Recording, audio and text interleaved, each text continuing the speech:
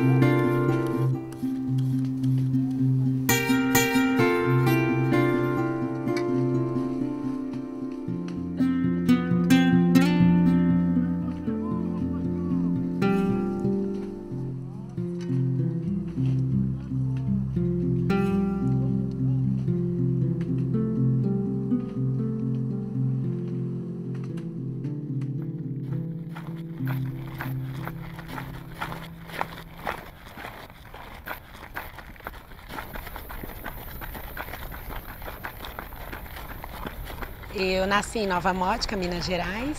Quando eu tinha 2 anos, meus pais vieram para Sertãozinho para trabalhar na lavoura, no corte da cana.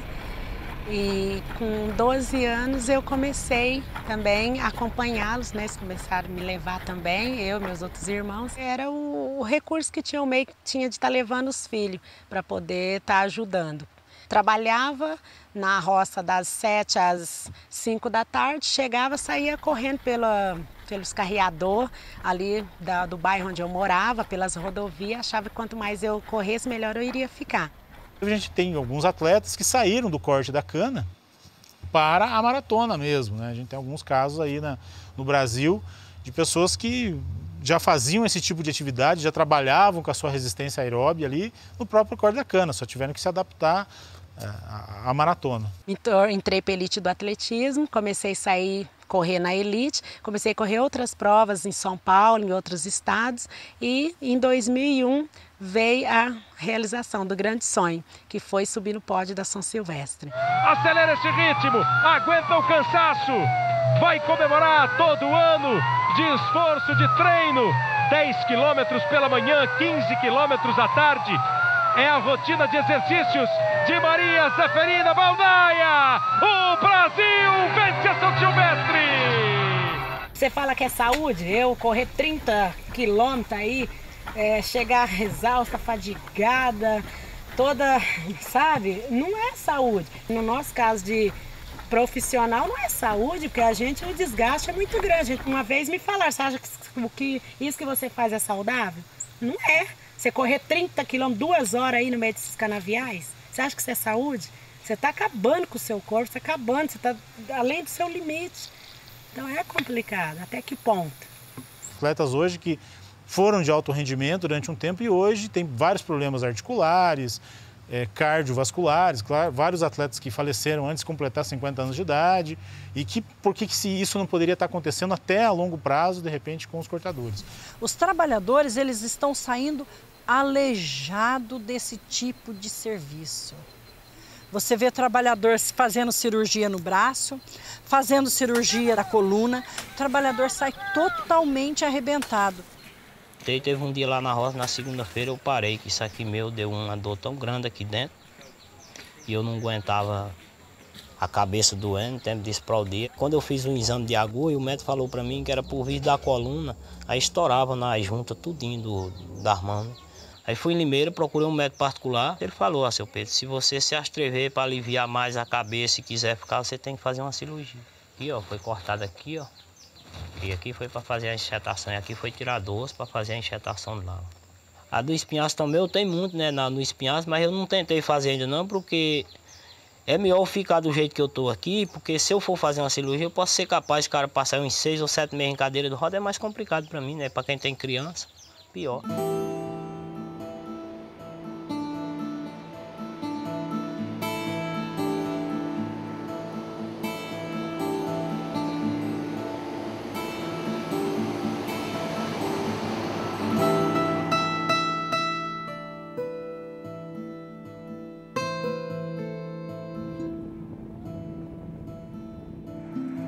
Tudo começou em 2005 com uma demanda do Ministério Público do Trabalho de Campinas. Foi numa audiência pública que houve em Ribeirão Preto e começou com a morte dos trabalhadores. E houve um pedido do Ministério para a gente intensificar as ações no campo.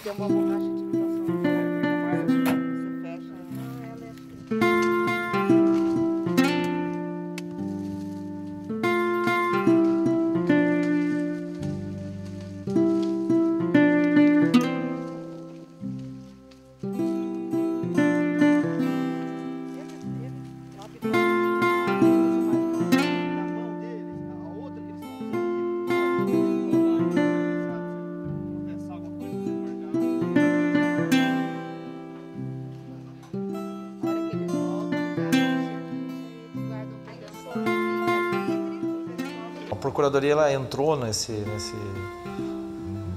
setor, vamos dizer assim, para trabalhar quando começaram a ocorrer as mortes. Nós relacionamos todas as usinas do Estado, fizemos audiências públicas no Estado inteiro, chamando todas as usinas, e nessas audiências públicas a gente colocava o que o Ministério Público ia exigir delas. E nós nessa área de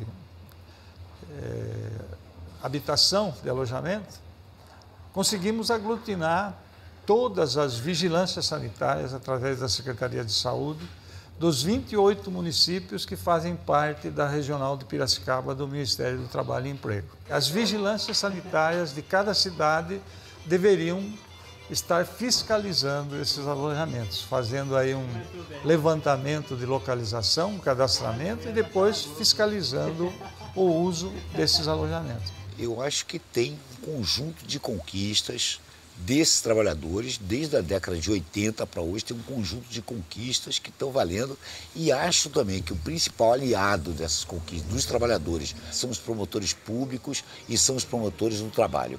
E um conjunto de atores da sociedade que estão caminhando para essas conquistas. Eu acho que todas elas são muito interessantes. Agora, a questão que eu coloco é se elas estão chegando no ponto. Tá? E qual é o ponto? E à primeira vista a gente poderia concluir que houve uma sensível melhoria nessas condições de trabalho. Isso porque, em razão, sobretudo, da fiscalização do Ministério Público, do Ministério do Trabalho, as usinas procuraram cumprir as normas da NR31. Então, melhoraram as condições do alojamento, melhoraram as condições do ambiente de trabalho, do transporte dos trabalhadores e assim por diante. Será que a melhoria dessas condições legalistas implicou realmente numa melhoria para esse trabalhador?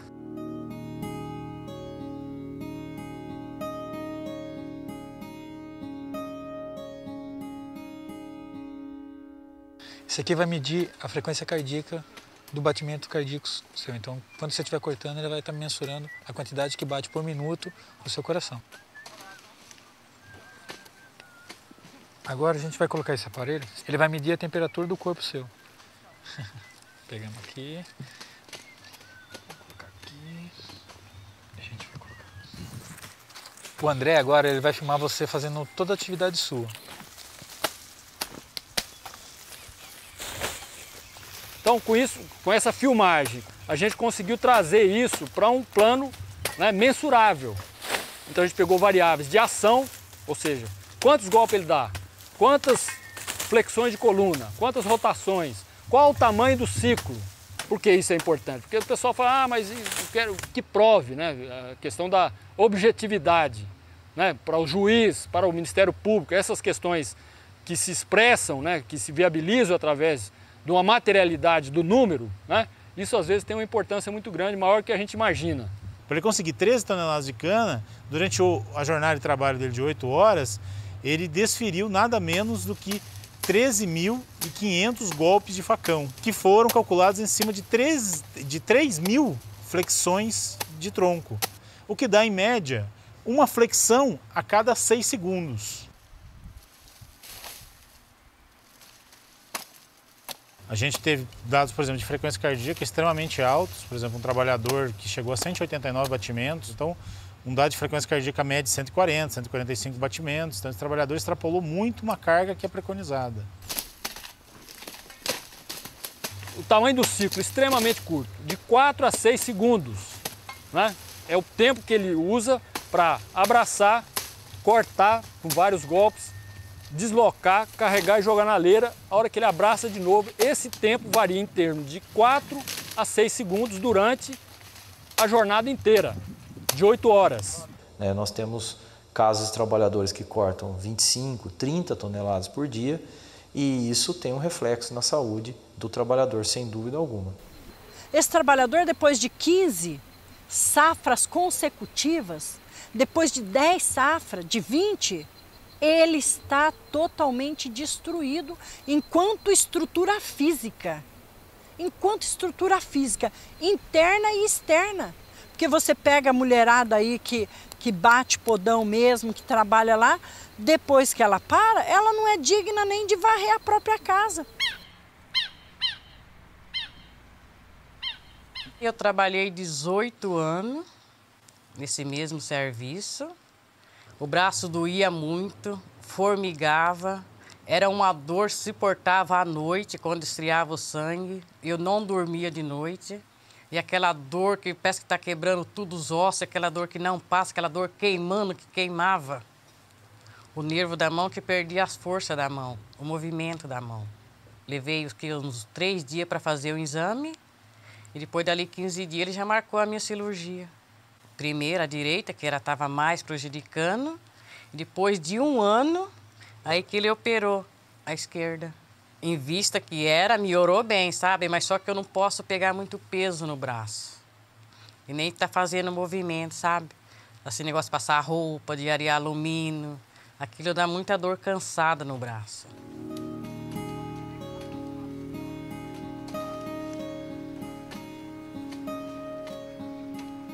Esse aparelho ele vai medir a temperatura ambiental, que é chamado pela normatização de BUTG.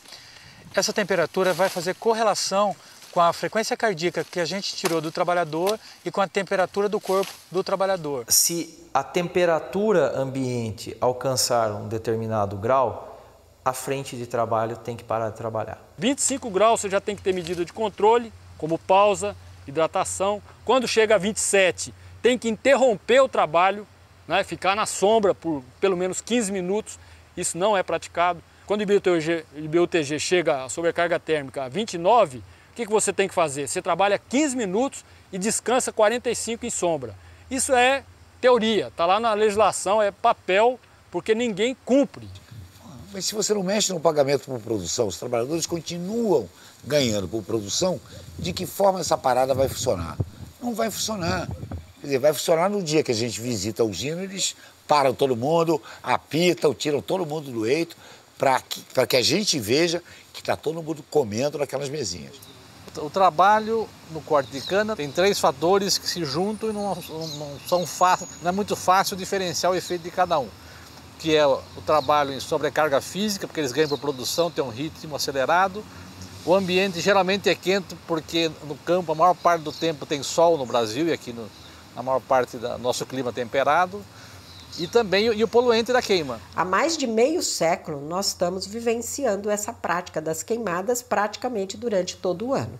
Então são milhões e milhões de toneladas de gás carbônico, de CO2 e outros gases poluidores que estão sendo lançados à atmosfera para a produção de um produto que é considerado limpo e aquele produto que não vai poluir.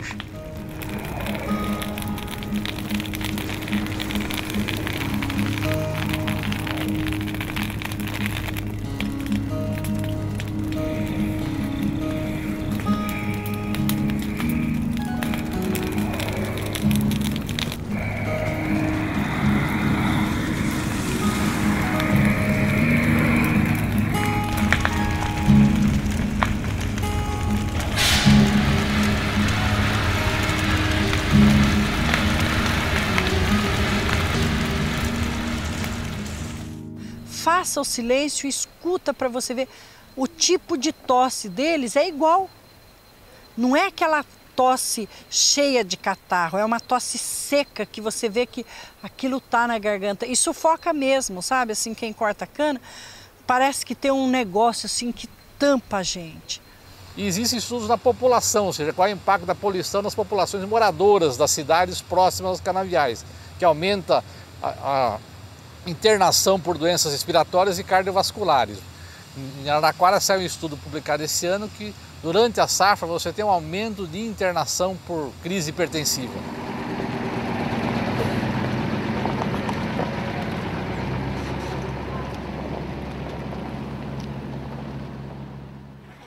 O trabalhador acorda de 4 horas da manhã para fazer a sua comida, para às 6 horas da manhã ele está no ponto, para chegar no trabalho às 7, 7h30 ele está no eito. Algumas turmas fazem a ginástica laboral no campo. Então você imagina um trabalhador com aquela roupa toda que é butinão, aquela botina que é dada agora, que é uma botina com uma barra de ferro na frente, na biqueira com ferro, mais a protetor de canela, a caneleira, mais aquele monte de roupa sobreposta, mais o mangote, mais o boné. E ele com essa indumentária toda faz ginástica laboral. Alongamento, polichinelo, tá? Não sei se você já teve a oportunidade de ver essa ginástica laboral para cortador de cana, que é uma coisa absurda, quer dizer, na verdade é uma ginástica laboral que é um mero aquecimento. Meu coração é um menino desprotegido e tão carente. Gosta de quem não gosta dele e de quem nunca está presente. Vou acordar de manhã cedo e me vestir de outra maneira. Vou me livrar dos meus segredos, do meu sonho, dos meus medos, esse amor de brincadeira. Nessa questão do alimento, por exemplo, as usinas fornecem as marmitas térmicas porque elas precisam cumprir a lei, a NR31 exige que se dê marmita. Mas também tinha que fornecer a comida, porque isso aí faz parte da saúde da gente. As usinas, elas dão um sorinho lá que diz que é para repor alguma coisa que a gente perdeu lá, que nem explica o que é, né? Porque o desgaste se dá principalmente quando acaba a nossa reserva de carboidrato, a nossa reserva de energia no corpo. Quando essa reserva vai se acabando, que é muito comum num exercício desse muito árduo, muito repetitivo, que é o que eles fazem, se você não toma o carboidrato, você tende a parar a atividade mais cedo. Então, pensando nisso, não sei se de uma maneira benéfica, né, ao trabalhador, ou de uma maneira apenas com que façam com que eles retardem a parada do trabalho, né, que é a ideia da indústria, eles dão esse soro, que é essa mistura para poder manter, sim, o trabalhador por mais tempo na atividade, sem sentir dor e tendo ainda uma reserva energética, né, no caso do carboidrato, para poder se manter na atividade. Os médicos indicam que você tem que tomar pelo menos 2 litros de água por dia, porque o organismo necessita disso. E quando você tem que tomar 10 litros de água por dia, o que o organismo fala disso? Diariamente eles se desidratam e se hidratam de maneira inadequada. Essa desidratação e hidratação inadequada cronicamente pode, em alguns momentos ao longo da safra, provocar alterações agudas e predispor a arritmia cardíaca, por exemplo, e a óbito, e pode também ser um dos fatores que está contribuindo para o aumento crônico da pressão arterial deles. Você veja bem, o podão, eles diminuem o tipo do material, muda, dá de pior qualidade. A luva dá essa porcaria aqui. O sapatão eles mudam. Esse sapatão, assim ele está ressecado, a hora que molhar ele vira o quê? Porque vira um jacá no pé. O sapatão bom, ele não abre? Não tem condição dele abrir, não. Isso aqui ele arranca tudo. A questão dos EPI, fazer uma relação com aquilo que era há 20 anos atrás, com o que é hoje, isso melhorou muito. Por dizer, hoje ninguém trabalha mais que nem com sapato de pano, que nem o rapaz estava falando aí hoje. Né?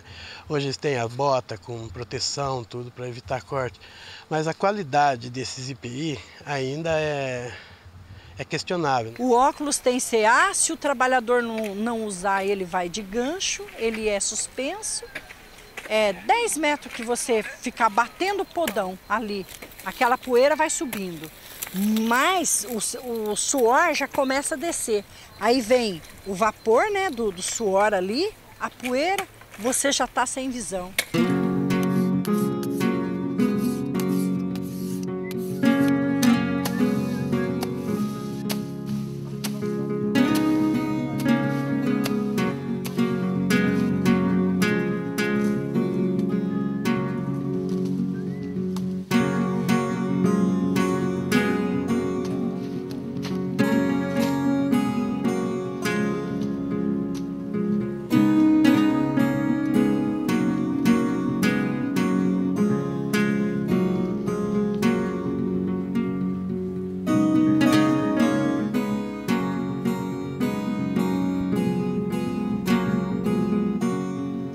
Eu acho que o desgaste que eles têm no dia a dia, no trabalho de produção, isso é o fator que é um dos fatores que prejudica demais eles.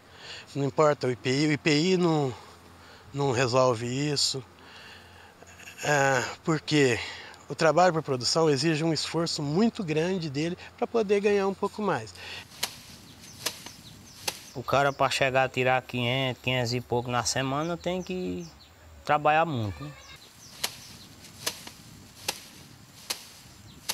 Por o que eles fazem, o peso da cana não é muito, eles estimam o peso muito baixo, a exigência é muito grande. O pagamento por produção que está levando os trabalhadores ao esgotamento físico, à morte por excesso de trabalho e a doenças incuráveis. Quer dizer, o que está acontecendo na cana é que os trabalhadores estão morrendo mais cedo. Quer dizer, não é que os trabalhadores estão morrendo mais cedo, os trabalhadores estão ficando cedo incapacitados para qualquer tipo de trabalho. Nós tivemos aqui o caso de uma morte em Rio das Pedras. O alojamento era bom, refeição tinha nutricionista, né? Tinha condições de alojamento dentro do previsto, né? E um trabalhador relativamente jovem faleceu, né? Era considerado um dos campeões de corte de cana. Né? Por quê? Porque esse móvel, né, que é o pagamento de produção, empurra os trabalhadores para uma situação de risco, sem a percepção, sem o autocontrole, né, para fazer a pausa. Então ele não respeita os sinais do corpo e ultrapassa esses limites, levando a uma situação crítica. Eu já cheguei a cortar em até 27 toneladas, 30, dependia da cana também, né? Por mês? Por dia, né?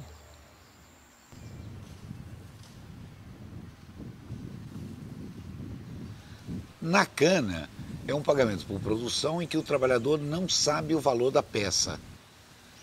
Tá? E o valor da peça ele só vai saber depois que ele já executou o trabalho. Então, portanto, é um pagamento por produção diferente dos outros, que é um pagamento por produção no escuro. A forma de cálculo disso é uma forma de cálculo inventada com o único objetivo de enganar os trabalhadores. O salário por produção ele não é proibido por lei, tá? Ele é permitido por lei. Qualquer pedido no sentido de se acabar com o salário por produção, ele tem que ser construído dentro de uma sistemática da nossa legislação.